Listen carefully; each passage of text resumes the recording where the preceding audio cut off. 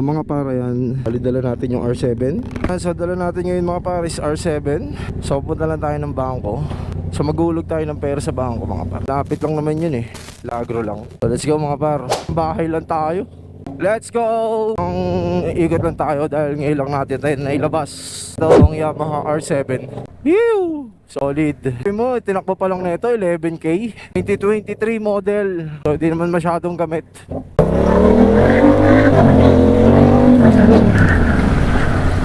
Let's go!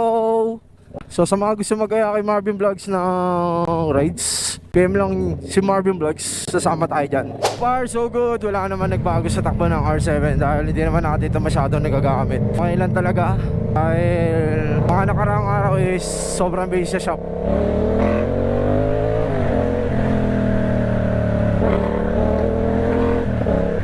Let's go! Yes mga par, so nandito na tayo sa bangko. So magdideposito lang tayo ng pera, tapos balik na tayo sa bahay mga par. Let's go! So mga par, ayan, bali kakatapos na natin magdeposito dito sa bangko. So ito yung dala natin ngayon, si R7 mga par, ayan o. Hello! So uwi na tayo sa bahay dahil uulan na mga par. So ingat palagi mga par, ride safe.